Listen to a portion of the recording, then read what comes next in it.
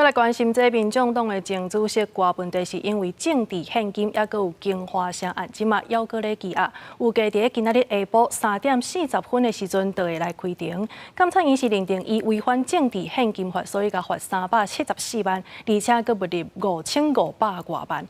这边也立委黄珊珊是认为讲，监察院这款动作就是乌白加安罪名，强调一定会依法来提出救济。也那立赢是呼吁这民众党唔通扣分，甲这口气出伫个预算案顶头。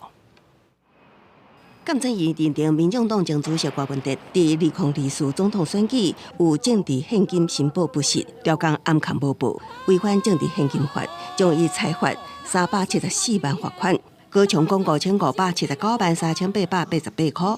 当初郭文德的竞选总干事黄珊珊跳出来发冤枉，认为有错漏就爱保证，也过煞做到监察院的拒绝。第一次申报的时候，因为有一些会计师申报不实，那柯文哲本身是受害人。政治献金法有哪一条是可以拒绝当事人去申报补正的？前天监察院还在哭穷，可能他希望在开庭之前先应和。让法院有先入为主的看法吧。我相信这个，我们只能说他用心良苦。根据监察院报告中，违法项目包括募款演唱会售票，甲透过募款公司贩售竞选小物，合计4067万元的收入，调工暗藏无申报，也有虚报一笔收入，甲86笔无交易事实的支出。民众党立院党团主任陈志涵澄清，演唱会都是商业的演出，募款小物算是无可营收，拢袂当算是政治现金。这演唱会就是有用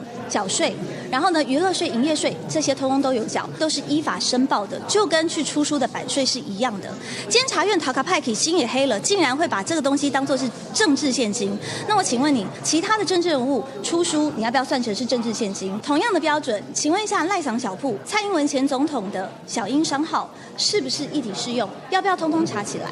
不查的话，你们就是俗辣。该罚、该缴交国库的，他们也都应当要来办理。我再次强调，没有人可以例外。台湾是法治国家。也很担忧，搭配监察院昨天公布的柯文哲政治献金案的调查结果，恐怕民众党对于监察院的攻击、诋毁也会越来越加剧。民众党化声监察院，敢是也用同款的标准查赖桑小铺、小英商户，那无就是商标。另外，立委强调，北京消极调查时经化声案，呼吁民众党唔通当做会讲，看到乌影就开枪。公视新闻采访报道。